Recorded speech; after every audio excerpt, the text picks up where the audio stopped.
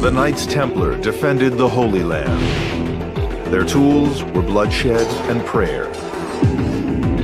Founded in the 12th century, these Christian warrior monks were an unbeatable force for nearly 200 years. Then they suffered a spectacular fall from grace. Tried for heresy, they were accused of practicing strange rituals. Accusers said they spat on the cross, worshipped a severed human head, and engaged in perverse sexual acts. They were disbanded. Their Grand Master was burned at the stake. Ever since, their name has carried an air of mystery and romance. Today, books like the Da Vinci Code embellish the myth of the Templars. Claims persist that they guarded the most sacred object in Christendom, the Holy Grail. Behind the legend, we explore the real world of the Knights Templar, a world built from stone. 800 years ago, they constructed some of the finest fortifications ever known. Oh my, look at this. This is fantastic.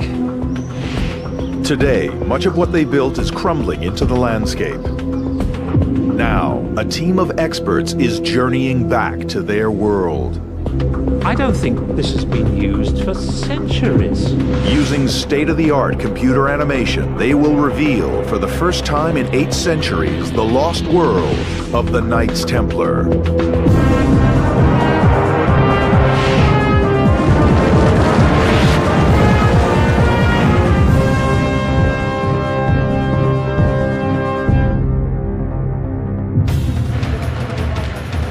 In a hidden corner of the Middle East is the long-forgotten world of the Knights Templar. Tortosa, in modern Syria, was once a Templar city. Their splendid military headquarters was at its heart. Those who passed through the city in the 13th century tell of an enormous chapel and great hall, an impregnable castle, and fine walls with towers as if crowned with precious jewels. Now all that stands intact is a cathedral. At the time of the Templars, this was an important place of pilgrimage. The rest of the city is decaying, just fragments of ruins embedded in the modern city. Today, local people seem unaware they are living within what was once a great city of a secretive international organization. Our experts will piece together clues found at Tortosa. They will reconstruct the long-lost world of the Templars.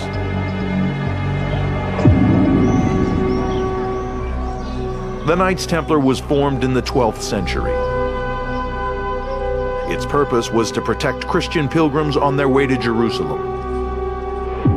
Professor Paul Crawford is traveling along the old route to the ancient city. It was so dangerous that one pilgrim wrote back home after having gone along the pilgrim route and said that he saw heaps of bones littering the sides of the roads where people had died and rotted. If your friends are killed, don't stop to bury them, because if you dig them a grave, that grave will turn out to be your own grave. Someone will come along and kill you and put you in it. The Knights took vows of poverty, chastity, and obedience. They offered their lives to safeguard the routes that the pilgrims took. They were now warrior monks. Soon the role of the Templars expanded to defend the Christian territories in the Holy Land from local Muslim warlords. The Templars represented a new concept.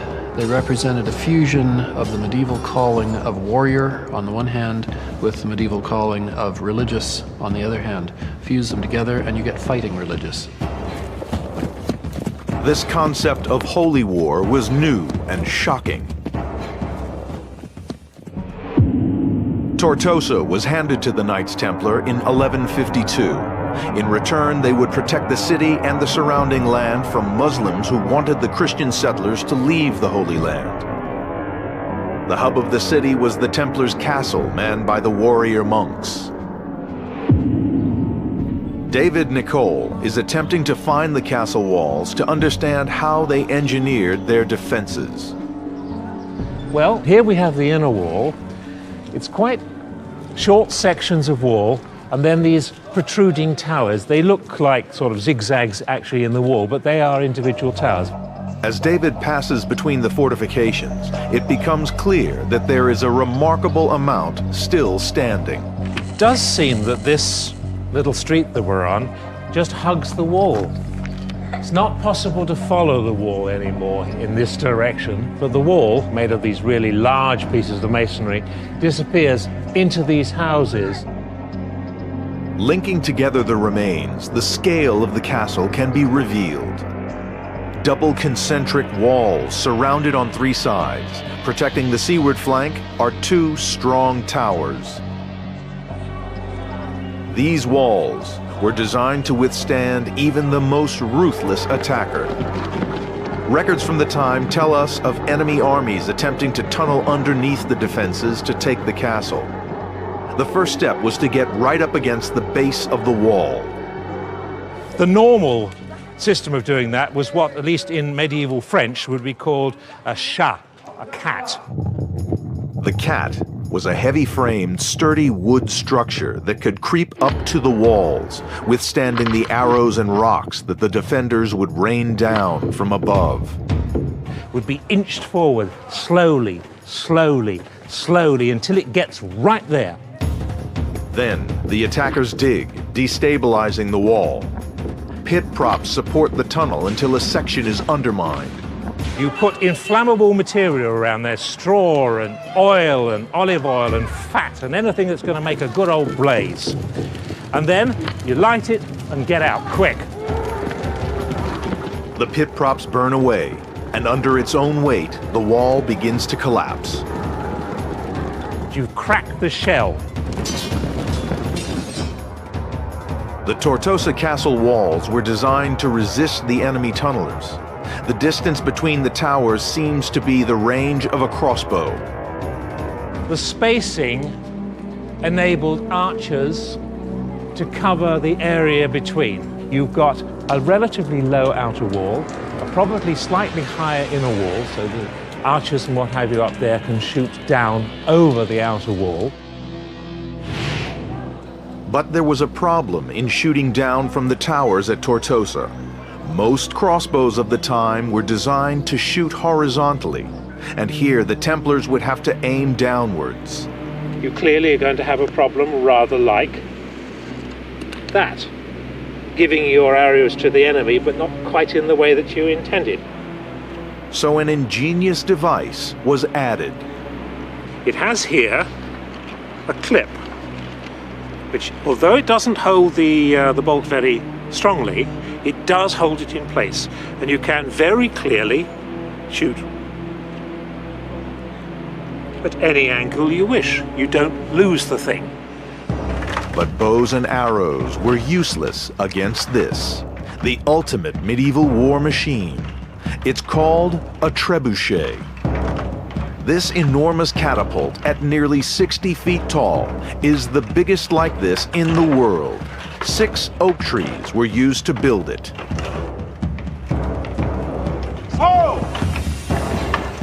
For the Templars inside Tortosa, the sight of a machine like this would have been terrifying. Soon 50-pound stone balls would be raining down on the fortification. It would be devastating. With a range of up to 1/4 of a mile, trebuchets had the power to break through stonework.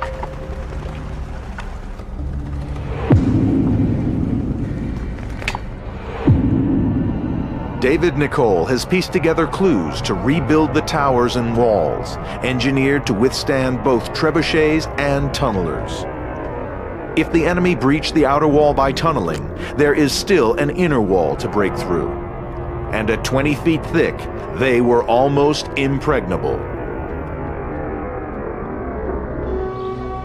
Tortosa was the gateway to a string of equally imposing fortifications protecting territory across the Holy Land.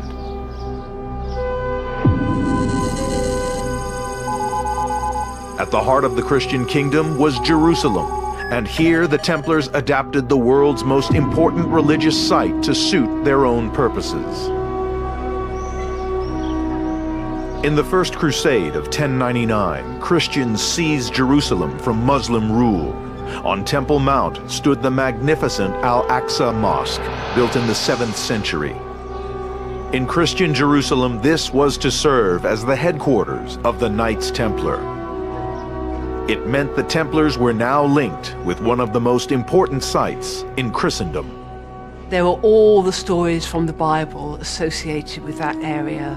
That's where Jesus was supposed to have walked, where he's supposed to have done his miracle. The Templars were associated with all these events in the Bible. The former mosque was adapted to become an administrative center. Beneath it, in subterranean vaults, the warrior monks stabled their horses, ready to go into battle to defend Jerusalem's holy places. The magnificent arches of the stables were 30 feet high and covered an area of some 60,000 square feet. In it, they can have maybe 1,000 horses. One Western visitor says that if you fired a crossbow bolt, the bolt wouldn't have even have reached the end of the room. It was that big. This is the perfect place for the Templars to set themselves up. This militarization of the holiest of sites embodied the spiritual and military roles of the Knights Templar. The defense of the Christian East cost many lives. At the furthest reach of their network was a church where new recruits were inducted. But here, the strange rituals of the Templars were shrouded in mystery.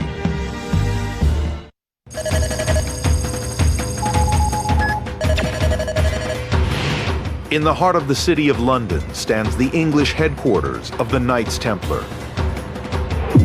Temple Church was consecrated in 1185. Its structure echoes the most important church in the Christian world, the Holy Sepulchre in Jerusalem. The Holy Sepulchre is built on the site where many Christians believe Jesus was crucified, buried, and rose from the dead. As with the Holy Sepulchre, the nave of Temple Church is circular. Within these walls, a mysterious ritual took place to induct new members into the Brotherhood. Across Europe, knights were received into the Templars at a phenomenal rate. They replaced men lost in battle, defending the Kingdom of Jerusalem. There are times the Templars suffered terrible casualties in battle.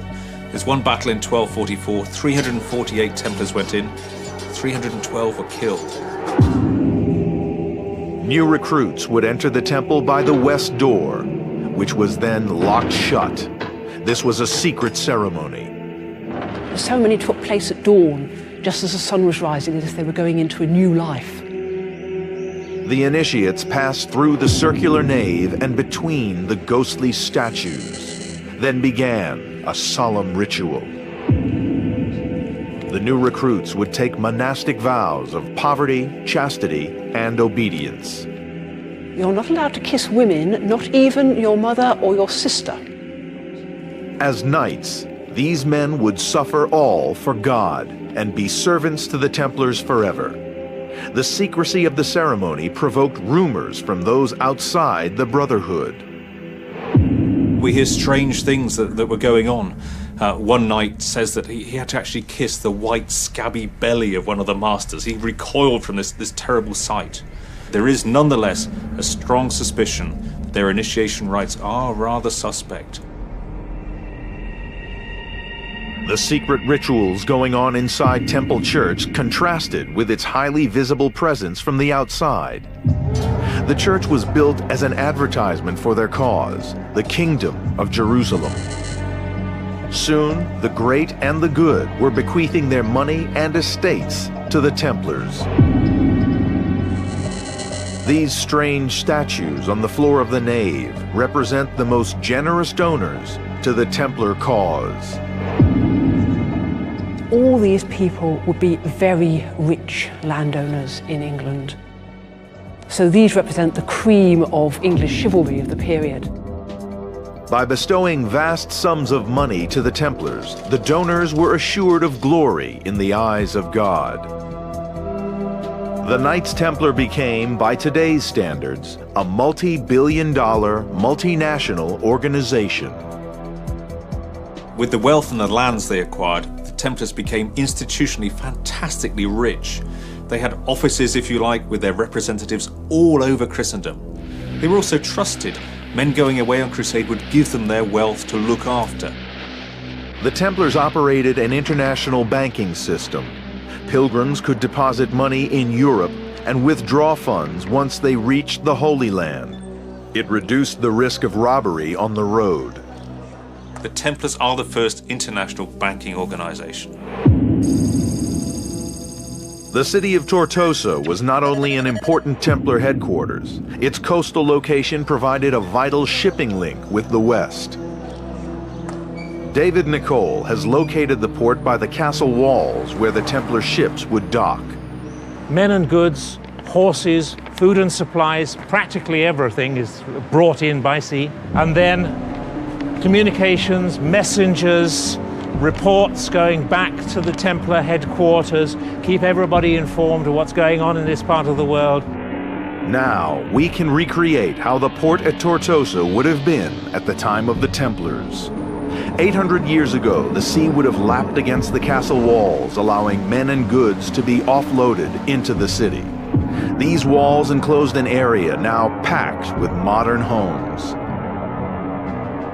They mask what were once magnificent medieval buildings. Contemporary sources tell us the wealthy Templars built an impressive Great Hall here. And it's here that battle plans and tactics would have been drawn up as the Templars defended the surrounding territory. Paul Crawford is searching for remains of the Templar building, cannibalized in this row of houses. It'd be really nice to see what's in there, behind somebody's house now.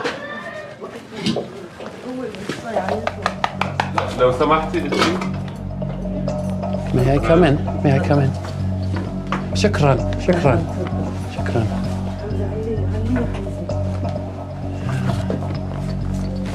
In here, let's see if we can go up. They've built their houses out of bits of the Great Hall itself.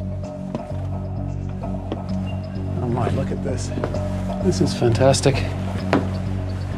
People are living up against the walls of the Great Hall here. Up in the vaults is evidence of the Gothic style of architecture that the Templars favored.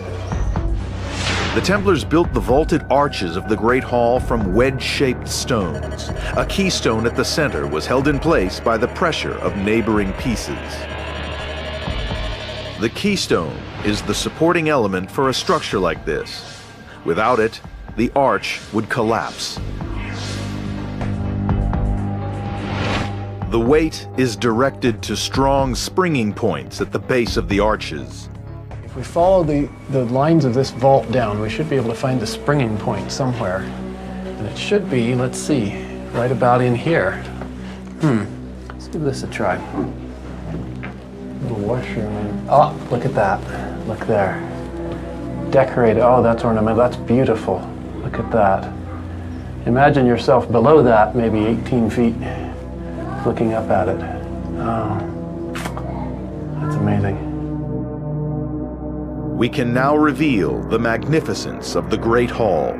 8 centuries ago, it would have been bustling with activity as the Templars plotted against the great Muslim leader, Saladin. On the floor, perhaps long tables, knights sitting along them, planning, doing strategy. Imagine in 1188, they're sitting there talking and a scout comes in saying, Saladin's on the way, Saladin's on the way, and they all jump up and run to their stations. The warrior monks would seize their weapons and fight to the death to defend Tortosa from the enemy. But to the Templars, just as important as fighting was prayer. So buried somewhere within the castle walls, there must be the remains of a chapel. Paul Crawford is hoping to find them. Ah, we've got it. Look up there.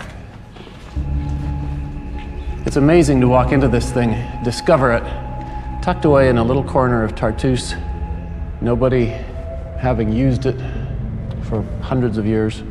It's an amazing thing. It's wonderful. Remarkably, the Templar chapel is still being used as a home. People with their houses built into it, but they've all been just added in sort of like wasps' nests inside an abandoned barn. These buildings mask the scale of the chapel, and centuries of debris have raised the floor level by 15 feet, as the position of these windows shows. We can now reveal the once magnificent Templar chapel. The space would have been massive, 80 feet long, 30 feet wide, and 50 feet tall. The scale and splendor of the building is an indication of the crucial importance of prayer to the Knights Templar. At the nucleus of the castle was the keep. This strong stone tower would have been the military nerve center of the castle. It dominated the entire city. Today, the keep has been obscured by over 800 years of conflict and change. Military historian David Nicole believes he has located remains of the tower. But what lies inside has remained hidden for centuries. He is about to investigate. This is the actual center of the old tower. This is quite difficult to get through. It has not been cleared at all. And I don't think this has been used for centuries. Ah, there's a door. David has stumbled upon the inner sanctum of the keep. If the city was attacked, this would be the final stronghold the Templars could retreat to. Here may be clues as to how they survived during a siege. Judging by the sound of it, it's full of water, which is a bit scary. It's echoes, and there's steps leading down into the water. This is creepy. This is a stunning find. A cistern, still stocked with water centuries after the Templars left. How deep's that water? Deep enough, I don't want to go in there. During a siege, the knights could have been trapped within the keep for weeks. The cistern would be an essential supply of water. Next door is another chamber. Even in the depths of the keep, the quality of the construction is outstanding. Beautifully made. I mean, look at that window. I think you'd been proud to find that in your local parish church. This was the weapons store. At the top of the vault, there is a small access hole.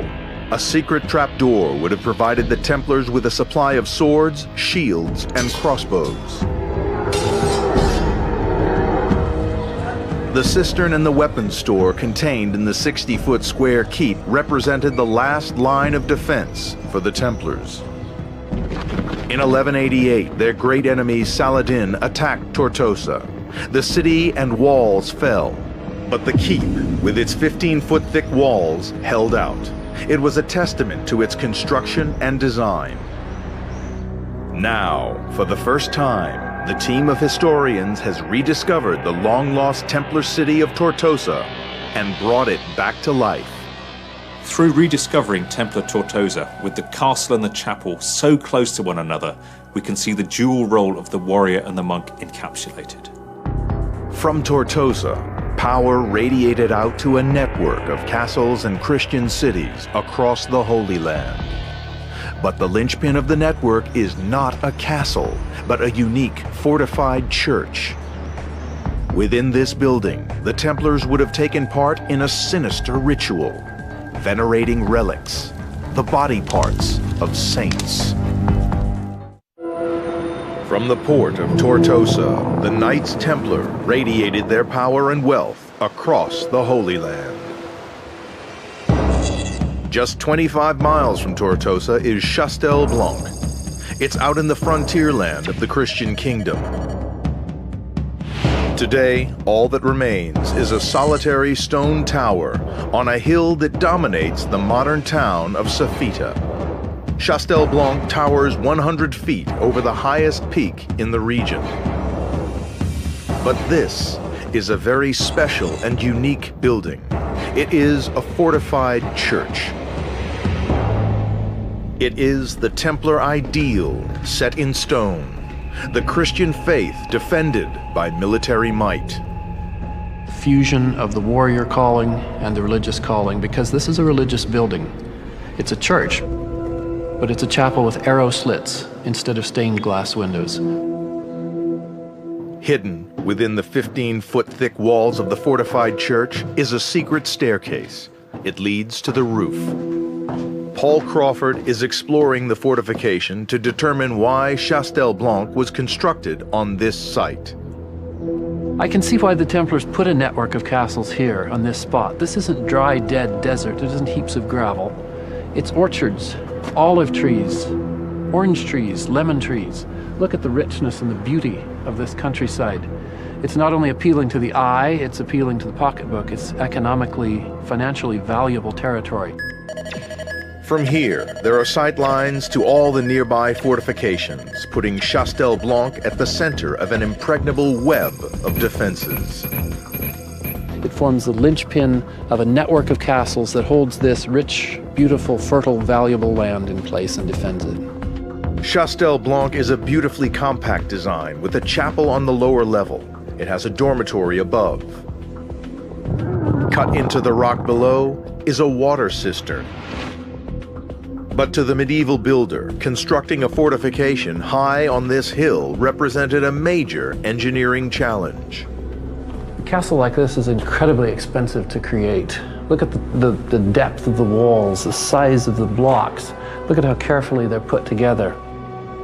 Historian David Nicole has studied how the Templars moved the gigantic 2,000-pound stones to construct their castles.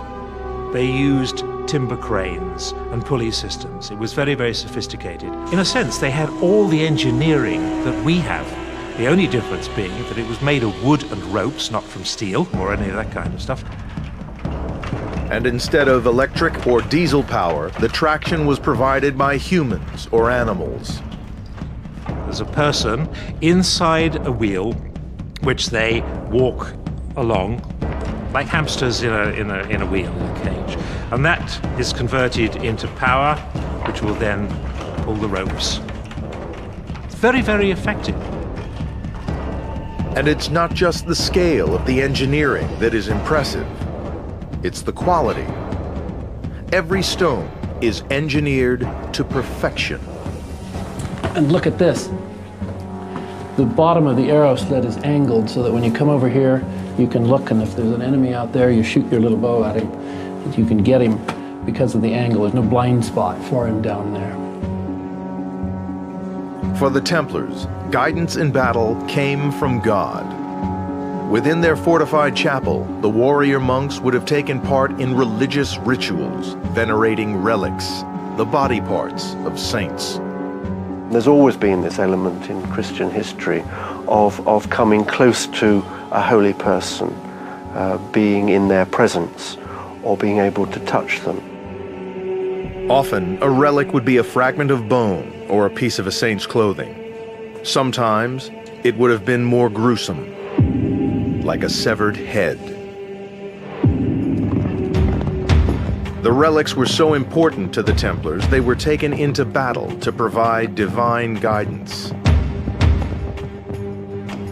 But the ultimate relics were those of Jesus Christ himself. We can't have relics of our Lord because he was ascended into heaven. And so we've latched on to the things which were closest to them. And for many, of course, the cup of the Last Supper is something which is very important. This cup, the Holy Grail, has for centuries been the subject of mythology. It is claimed the Templars, in their search for relics, unearthed the Holy Grail at Temple Mount. This became their most sacred possession, which they guarded with their lives. But there is little evidence that this persistent legend is true. This was the invention of a 12th century French Romance writer called Chrétien de Troyes. The Templars could never have had hold of this thing that goes back centuries, back to the time of Christ. In the Middle Ages, there were people who we would call today fantasy writers, who apparently thought that it would be really cool to connect the ideas of the Holy Grail with the ideas of the Templars. It seems linking the mysterious and secretive Templars with the greatest icon in Christendom was the ultimate medieval fantasy. The trouble is it takes on a life of its own, goes on, and then people start to believe it, but it's fantasy. By stripping away the modern settlements, we can reveal Chastel Blanc as the Templars would have known it.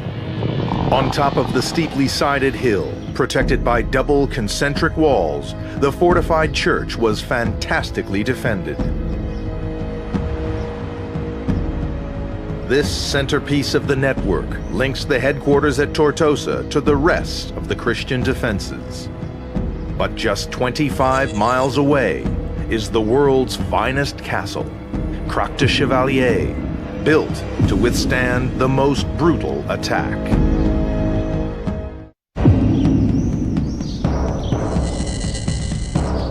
Lawrence of Arabia described Croc de Chevalier as the finest castle in the world.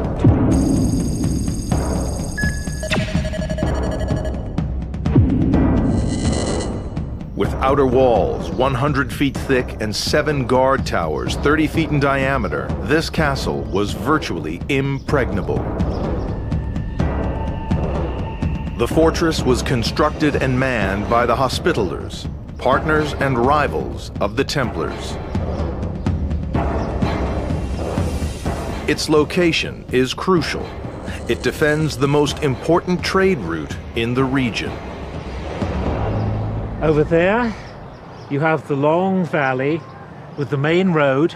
It's a main road today, and it was a main road in medieval time, linking the coast to the inland cities, which in the Crusader period were the centers of Islamic power, and the coast was the center of the Crusader power. The Hospitallers and the Templars joined forces to defend this important territory. This was a massive military operation, and David Nicole is on a quest to find out how the knights operated.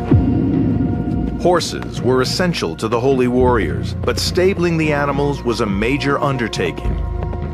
The first of 2 stables. This one is the smaller of the 2. Still pretty big.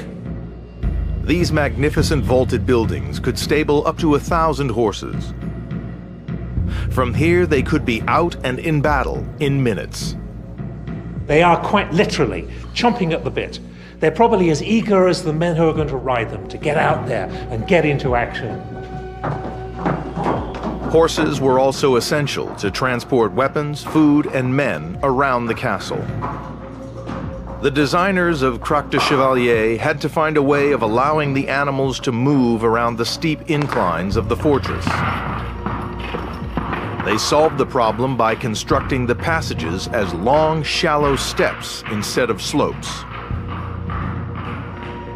By having these relatively shallow steps, it reduces the slope, which makes it easier for the animals. And of course, it gets wet, it gets slippery, and if you've got that many animals, you're going to have an awful lot of animal dung.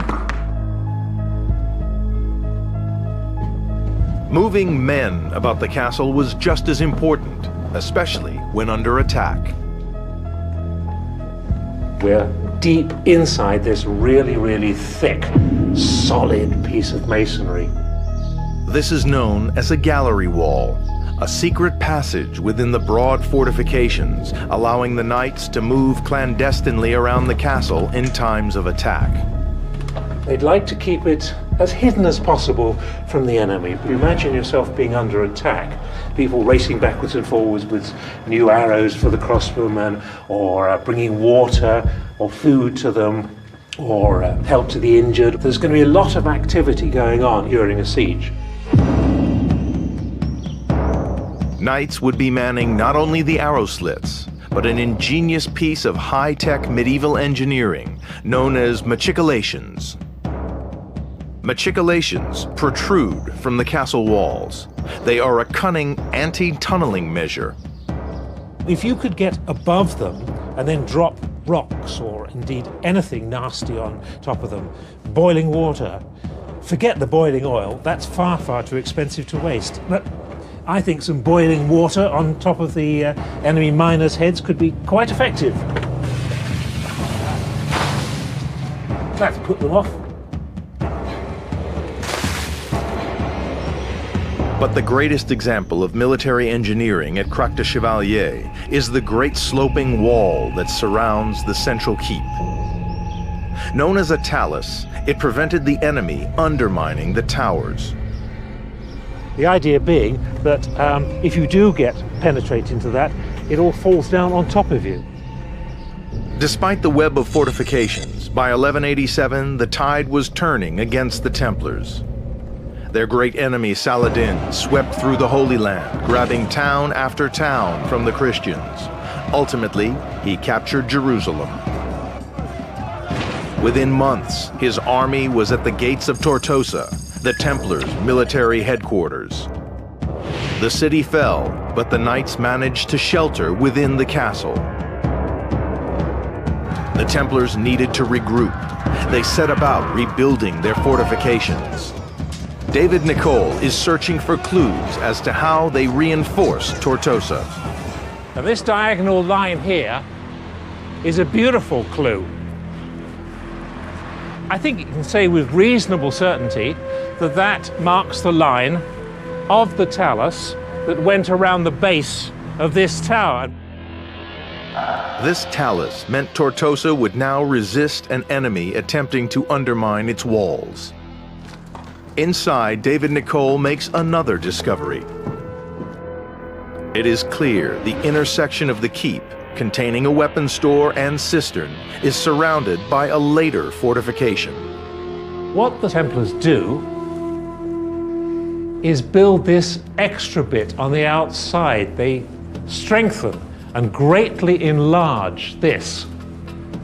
And on the outside of that, the sea.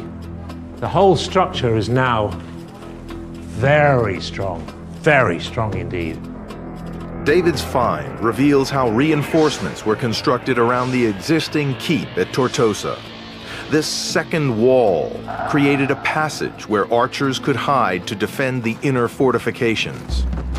In combination with the talus, the keep within the castle at Tortosa was now impregnable. But despite the unparalleled fortifications, the Templars were unable to resist the tide of the Muslim forces who wanted to sweep them out of the Holy Land. By the end of the 13th century, every Templar castle had fallen, except Tortosa. But without their network of castles, the Templars were doomed. Realizing all was lost, they retreated to a tiny island less than a mile from Tortosa. Their wealth, secrecy, and brutality were about to come back to haunt them. By 1291, the Templars had failed in their task to defend the Christian territories of the Holy Land. Their seemingly impregnable fortresses had fallen. The Templars were pushed back to the coast, to Tortosa, the only castle they still held. But without their once great network, this castle too would soon fall.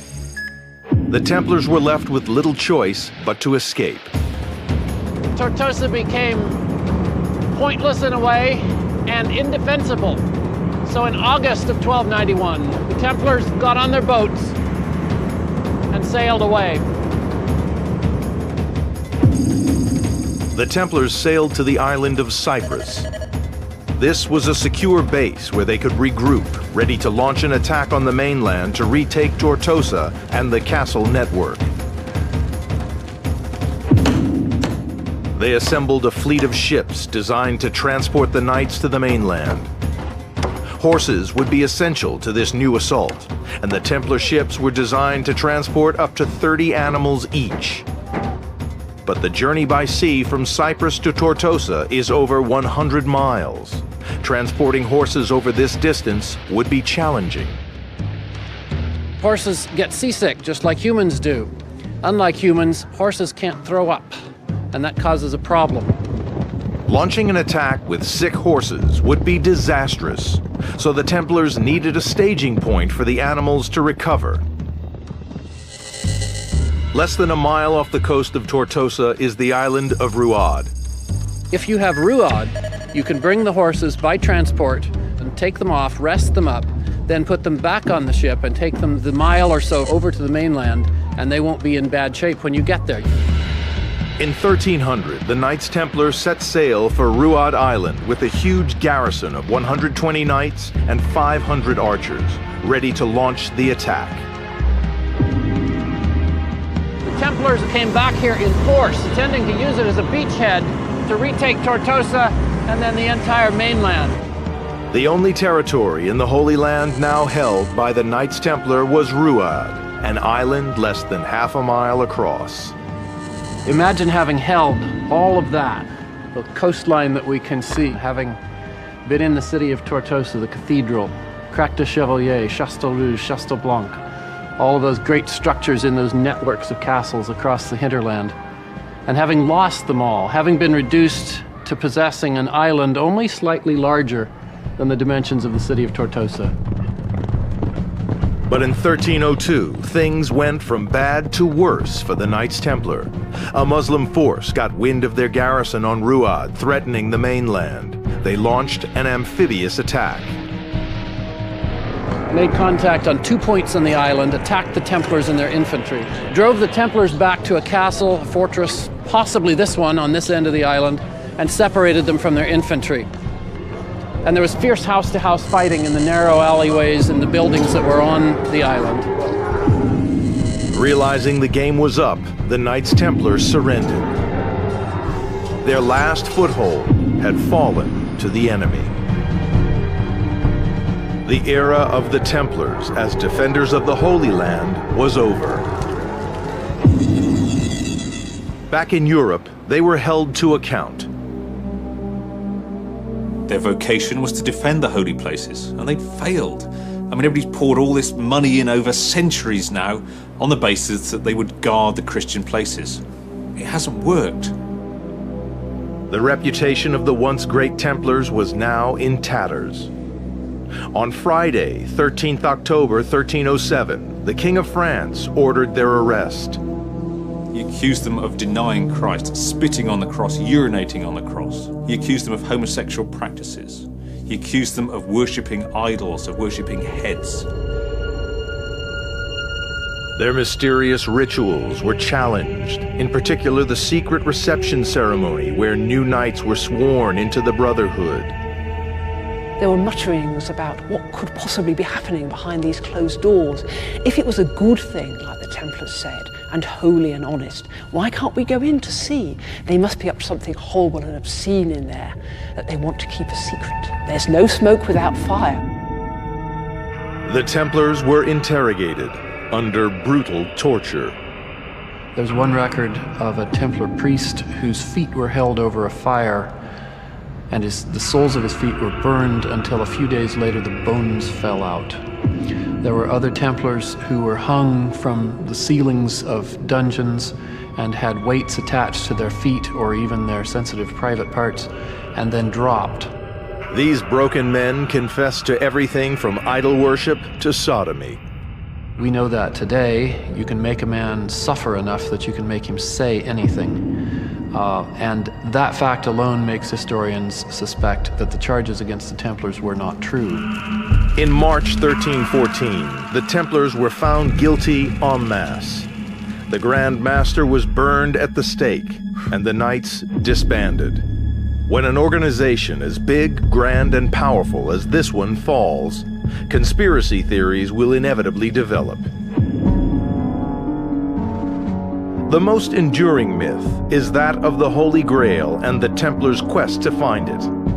It has gripped Western imagination more than any other legend. In the trial proceedings, in the interrogations, this thing isn't mentioned. If the Templars had had it in their possession, this would have come to light in the trial proceedings. It's not mentioned at all. The destruction of their records in the 16th century by Turkish invaders means there will always be an air of mystery about the Knights Templar. The Templars' obsession with secrecy and their interest in relics and arcane rituals means that in many respects they're their own worst enemy. They go from the heroes of Christendom and they fall and they're the bad guys. Today, everyone knows the Knights Templar for the mystique that surrounds them. But their buildings defended the Holy Land for almost 200 years. Now they're slowly crumbling into the landscape, And so it seems the mythical status of the Templars will outlive